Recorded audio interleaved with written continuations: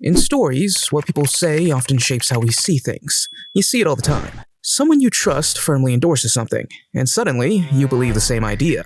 This applies to stories as well, and Solo Leveling is no exception.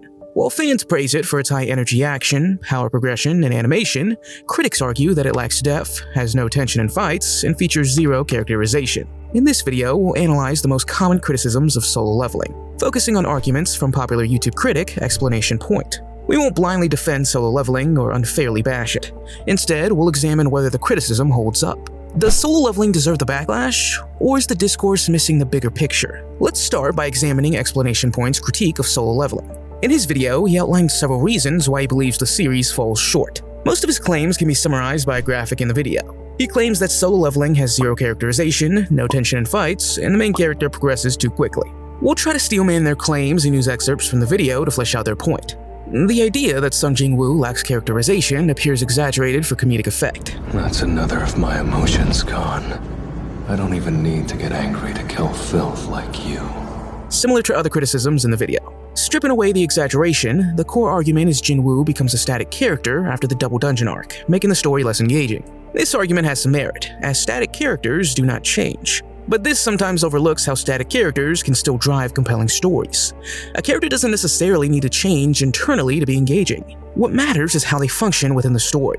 Sherlock Holmes, for example, remains largely unchanged throughout his stories, yet he remains compelling since his intellect and investigative skills drive the plot forward. In a detective mystery, the intrigue comes from unraveling the case, not necessarily from the detective undergoing a personal transformation. Similarly, stories can maintain engagement through plot progression or external conflict, even if the protagonist remains static. In many stories, static protagonists serve as catalysts for change in others, rather than changing themselves. This is shown in L from Death Note, Giorno from JoJo, and Saitama from One Punch Man. However, this doesn't address whether Jin-woo is a static character. In reality, he's more dynamic. While he progresses from weak to strong and continues to grow in power, traces of his former weaker self remain. This is most evident in episode 6, when his fellow hunters betray him. Before examining that moment, it's important to address another claim by Explanation Point. These hunters are poorly written because they act as villains without a deeper moral justification, such as supporting their families. The argument suggests that since the conflict involves humans killing humans, and because the antagonists are dehumanized, the scene loses its impact. Doing bad things doesn't make someone less human. People can do terrible acts and still be human, so portraying a character as selfish or cruel is not inherently dehumanizing. If anything, dehumanization applies more to victims than the aggressor. The idea that villains must always have morally complex motivations to be believable is quite flawed. This assumes that a character must always have a moral gray area to be compelling. However, in reality, some people are opportunistic or ruthless, which alone can make for a believable antagonist. If we examine the scene fairly, we see that these hunters display very human emotions. They react with fear when Jin-woo stands back up, shock at his strength, panic when their friend is killed, and desperation as they beg for their lives. Unless we argue that fear, confusion, and self-preservation are somehow inhuman, this criticism doesn't hold up. Jin-woo's reaction demonstrates his growth, proving that he's not a static character. When attacked, he takes a moment to reflect. He realizes the world is cruel, filled with violence, deception, and betrayal, things he decided to ignore. He asks himself how. The answer's simple. He had become numb to it all. Before gaining power, he accepted the world's harshness because he couldn't change it. But now, with newfound strength, he can take control of his own fate. This marks a significant shift in his character. Previously, Jin-woo was not someone who could consider killing another person. He hid his true feelings about his place in the world, as seen when he faced death in the double dungeon. He once drifted through life, but now he actively enforces rule onto others. His statement, "What happens in a dungeon stays in a dungeon," is especially ironic. It was a rule imposed on him, yet the lessons he took from a double dungeon now shape how he handles conflict. His past suffering has given him the power to resolve and confront the very injustices he once endured. This follows a lie-truth character arc, where a character starts by believing a falsehood, only later to accept the deeper truth that shapes their actions. Jin-woo initially ignores the harsh realities of his world, the lie, but as he gains power, he's forced to confront and accept them, the truth. This shift drives his transformation and influences how he pursues his goals. This is not a static character, and they're not necessarily boring. Explanation Point downplays Jin-woo's internal struggle by claiming that his moral dilemma isn't difficult, because he simply makes the decision. This argument is entirely contradictory. At one point he states, Jin-woo feels absolutely no conflict or remorse for killing humans. He says he does a little bit, but then he just does it and doesn't worry about it. He then goes on to describe Jin-woo as dead on the inside. The claim contradicts itself. Explanation Point argues that Jinwoo feels no remorse or conflict, yet acknowledges that he does, only to dismiss it. He then attempts to justify this contradiction by insisting that Jinwoo is dead on the inside, even though Jinwoo was just shown monologuing about his emotions moments earlier. In reality, Jinwoo does struggle. The system forces him to kill, and while he ultimately accepts it as a necessity in a cruel world, he does not do so lightly. The first time killing a human, he pauses to reflect, reaffirming his decision as a matter of self-preservation, either their lives or his. In episode 7, he continues to process what he's done. He thinks how the old version of himself would have handled the situation, considers the system's influence on his mindset, and grapples with the idea of killing humans again. He even attempts to drink his worries away, showing that the decision weighs on him. By ignoring these key moments, Explanation Point misrepresents Jinwoo's character arc, leading viewers to view solo leveling more negatively.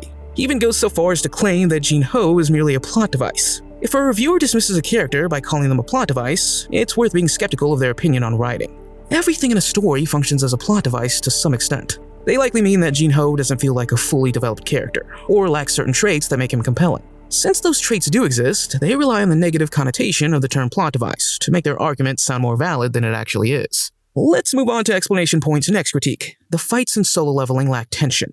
He combines this argument with the claim that the fights lack varied terrain, while simultaneously acknowledging the presence of different environments. He then criticizes that many battles occur in open, flat areas, as if fights in such locations are inherently flawed. He doesn't provide a clear list for why this is an issue, or explain why flat terrain inherently diminishes a fight's quality. Since this part of his argument lacks proper justification, we can focus on his broader tension point. When people say a show lacks tension, they often mean they aren't engaged. But that's more of a personal issue than a flaw in the show. More often than not, they don't fully understand what tension actually is, leading them to use the wrong word to describe their reaction. What they mean is the show lacks suspense. Many confuse tension and suspense, but they're distinct concepts. We explored this in our Promised Neverland video, but to give a brief explanation, tension comes from stretching a moment, emphasizing every second as events unfold. Suspense is when the audience or characters feel uncertain about an outcome. So does solo leveling create tension and suspense in its fights? Yup, it does. A clear example is Jinwoo's battle against Igris. Throughout the fight, the outcome remains uncertain. Jinwoo even considers giving up. He's outmatched, outnumbered, and beaten. As for tension, it's present in the way the fight builds anticipation. When Jinwoo enters Igris' chamber, the scene gradually builds, drawing the audience in before the two finally clash. The argument that Jinwoo progresses too quickly depends entirely on how we define too quickly. Once again, no clear criteria are provided, but the underlying concern seems to be that we don't fully experience Jinwoo's rise to power, making his growth feel less impactful. This is the strongest possible argument, given the lack of proper explanation. However, this claim doesn't hold up. Jinwoo's progression can be mapped to the ranking system established in the story. While he spends varying amounts of time at different power levels, this makes sense within the narrative. Higher ranks come with exponentially greater strength gaps, meaning some stages naturally take longer to surpass than others. As an analysis of solo leveling, Explanation Point's video fails in several areas. It only shows how many are wrong about solo leveling, and even proper critique. On the broader side, many fans see solo leveling as all about hype and aura moments, with little focus on quality in writing. While there is some truth, it overlooks that the series uses established writing techniques to enhance its storytelling, one of which is dramatic irony. Dramatic irony occurs when the audience knows more than the characters in a story. In solo leveling, this is central to Jinwoo hiding his level. The show often plays up the misconception that he's weaker than he is, only to deliver a shocking reveal when others finally realize his true strength. This technique is used in anime like Death Note, Code Geass, and Steins Gate, where misconceptions or hidden knowledge drive key moments. Solo leveling uses this technique well, often shifting the perspective to other characters to create contrast and amplify the impact of Jinwoo's reveals. While the show relies on hype moments, those moments wouldn't be compelling without proper build-up, whether through tension, anticipation, or a sense of threat. To offer a meaningful critique of solo leveling, it would help if the story improved Jinwoo's relationship with his mother. Often, stories rely on labels, such as mother or son, as shorthand for a relationship. Labels are not relationships. A writer must establish the context in which that bond exists, especially if the relationship is a driving motivation in the story. We naturally understand why someone would want to save their mother, but for that motivation to feel meaningful, we need to see how or why that bond means so much to them. Take Finding Nemo as an example. Marlin's desperation to find his son would feel less impactful if the movie didn't establish why Nemo matters to him beyond their familial bond. The opening scene provides the emotional context. Nemo's the only surviving egg after a tragic event, which fuels Marlin's overprotective nature. This, in turn, causes conflict as Nemo seeks independence. This cause and effect dynamic makes the relationship feel more believable and engaging. I'm not saying solo leveling needs to be an elaborate backstory for Jinwoo and his mother. but saying something that shows how much she means to him would strengthen his motivation. This doesn't require flashbacks. It could be conveyed through subtle changes in his behavior. For example, imagine Jin-woo regularly visiting his mother in the hospital, always bringing her flowers. Over time, as he would become stronger, we see fewer and fewer flowers by her bedside, subtly indicating that his priorities are shifting. One day, his sister or hospital staff member calls him out for not visiting as much, making him realize he's changing in ways he never intended.